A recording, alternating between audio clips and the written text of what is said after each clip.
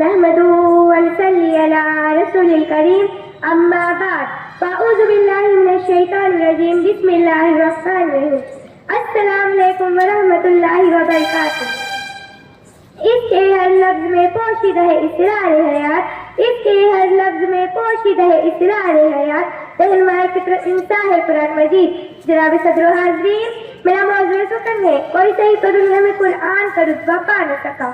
وہ محکم تنزیل جو لال بقی ہے، جو نور ہدایت جس میں عالم پر حکمرانی کا راز پوشیدہ ہے، جس کی تلاوت پتھر دل کو موم کی طرف پگھلا دیتی ہے، وہ کتاب ایک مجبت ترین معاشرے کو خوشحال معاشرہ بنا دیتی ہے، جس میں شہد کی طرح حلاوت و دنیا بھر کا سکون بھرا ہوا ہے، جو خزینہ ہے علم و عمل کا، جس میں نادر نایاب لعل و گوہر ہے، جو دنیا کی صحیح ترین کتاب، جو لبریز حکمت ہے، جو صلح و جنگ کا قانون واضح ہے، جس میں سیاست، معاشرت، معیشت کے انمٹ نقوش موجود ہے، جو مکمل نظام حیات پیش کرتی ہے۔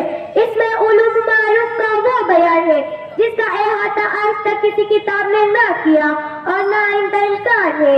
یہ فصاحت و بلاغت سے مزین ہے، یہ وہ قرآن جو صادق المصدق کا روح القدس لے کر آئے، جس کی تلاوت عمر میں خطاب کے کفر کی کلیجوں کو پاش پاش کر دیا۔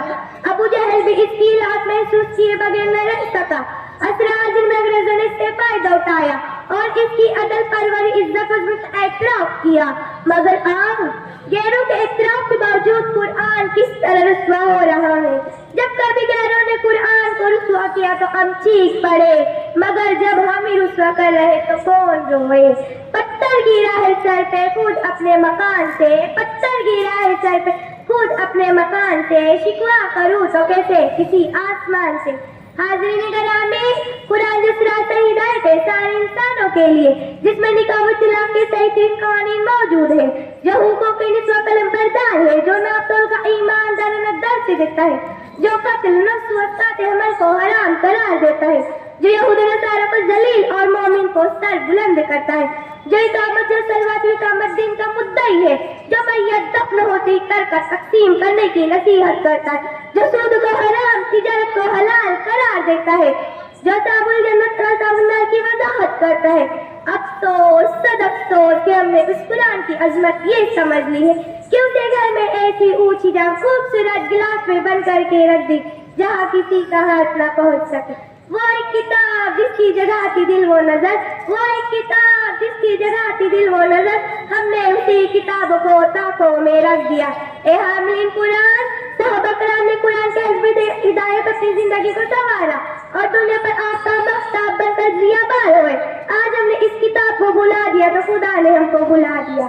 پا جائیں گے ہم آج بھی کھویا ہوا اعزاز، پا جائیں گے ہم آج بھی کھویا ہوا اعزاز، ہو جائے وہ دل جان سے گر عامل قرآن۔ اے مسلمانوں، ذرا اس مقدس صحیفے کو تو کھولو، کم از کم اس کی تلاوت کا حق تو ادا کرو۔ آج کہیں صحیح تلاوت بھی نہیں، جہاں تلاوت وہاں تدبیر نہیں، جہاں تدبیر وہاں تعمیل نہیں۔ اے حقوق نساء کا مطالبہ کرنے والوں، تمہارے نبی نے کہا تھا سورہ نور سورہ نساء کی تعلیم عورتوں کو دو، تو تم نے خود عورتوں پر ظلم کیا۔ عورت کو سب سے پہلے قرآن نے عزت و سر بلند دیا تاکہ بچوں کی تربیت کا نادر و نایاب نسخہ اس ام الکتاب میں موجود ہے۔ سارے انسانوں کی نجات اسی میں ہے۔ حاضرین، قرآن صدر جس سے ہم آخرت دیکھ سکتے ہیں، لہذا قرآن پڑھیے، ترجمے کے ساتھ پڑھیے، برادران اس سے متعارف کیجیے، کیونکہ ہدی الناس بھی ہے اور ہدی العالمین بھی ہے۔ قرآن مردوں کی غلامی سے نکل کر الہ واحد کی بندگی میں دیتا ہے، ظلم و جبر ختم کر کے عدل و انصاف قائم کرتا ہے۔ خدا حافظ۔